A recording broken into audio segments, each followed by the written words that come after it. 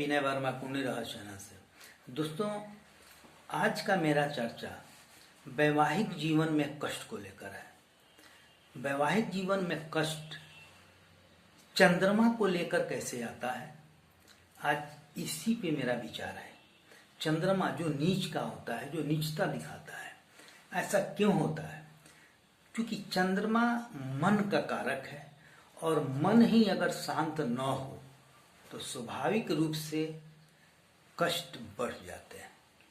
दोस्तों, तो चंद्रमा किस भाव में बैठकर क्या देते हैं उसके बारे में थोड़ा भाव के बारे में बताऊंगा। आगे बढ़ने से पहले मेरा विनम्र निवेदन है कि अभी तक आपने मेरे चैनल को सब्सक्राइब नहीं किया है तो कृपया करके सब्सक्राइब कर लें, क्योंकि मेरा जो भी विचार आए आप तक स्वतः पहुंच जाए और आप उसका आनंद ले सकें, लाभ उठा सकें। दोस्तों, मेरे वीडियो को शेयर करें, क्योंकि आपके माध्यम से औरों को भी लाभ मिल सके।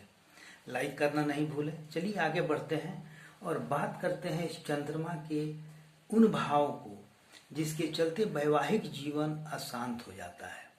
दोस्तों, तो ध्यान दीजिए, चंद्रमा अगर 7वें भाव में बैठा हो, ध्यान दीजिए, चंद्रमा अगर 7वें भाव में बैठा हो तथा 5वें भाव एवं 7वें भाव में ग्रह बैठे हों, चाहे वो कोई भी ग्रह हो, ग्रह बैठे हों, तो ऐसे जातक की कुंडली जो यह दर्शाती है कि 7वें भाव में चंद्रमा बैठा है और 5वें भाव और 7वें भाव में कोई ग्रह बैठा है, विशेषकर पाप ग्रह अगर बैठा है, तो उनका वैवाहिक जीवन कभी भी खुशहाल नहीं रह सकता, वो सुखी नहीं रह सकते। साथ ही उस व्यक्ति की माँ को भी सुख वह जातक नहीं दे सकता। इस स्थिति में वह व्यक्ति ऐसा गलत काम करता है, गलत आचरण अपनाता है कि खुद को भी सत्यानाश कर लेता है। दोस्तों, तो यह 7वें भाव की मैं बात बोला। फिर 8वें भाव में चलिए एक और उदाहरण देता हूँ। चंद्रमा अगर 8वें घर में बैठा हो, चंद्रमा अगर 8वें घर में हो और 10वें घर में कोई भी ग्रह बैठा हो, ध्यान दीजिए, 8वें घर में अगर चंद्रमा बैठा है और 10वें घर में अगर कोई भी ग्रह बैठा है, तो ऐसे जातक का पढ़ने में मन नहीं लगता।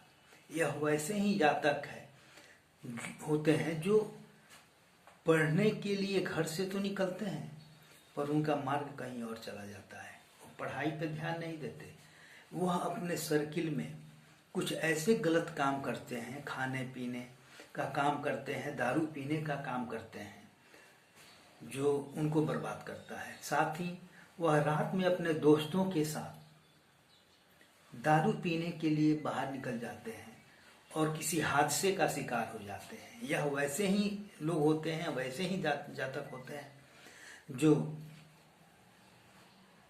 किसी का मर्डर करते हैं, हथियार लेकर बाहर निकलते हैं और खुद को मुसीबत में डाल लेते हैं। दोस्तों, तो यह चंद्रमा की नीचता है। यही चंद्रमा नीचता अपना दिखाता है, जो नीच का चंद्रमा होता है। वैसे तो मैंने पिछले वीडियो में बतला चुका हूँ कि चंद्र ग्रहण दोष का भी क्या प्रभाव पड़ता है और केम द्रुम योग का भी क्या प्रभाव पड़ता है।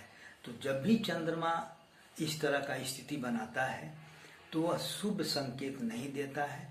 विशेषकर आज का मेरा वीडियो था कि वैवाहिक जीवन कैसे कष्टमय हो जाता है। तो मेरे वीडियो को आप ध्यान से सुनिए और अपने कुंडली को देखिए कि कहीं चंद्रमा 7वें या 8वें भाव में तो नहीं बैठा है और उनके साथ कोई दूसरा ग्रह तो बैठा नहीं है। विचार कीजिए। अगर समझ में नहीं आया आप हमसे कांटेक्ट कीजिए, मैं मार्गदर्शन करूंगा। चलिए दोस्तों, अगले वीडियो में फिर मिलेंगे। तब तक के लिए जय माता दी।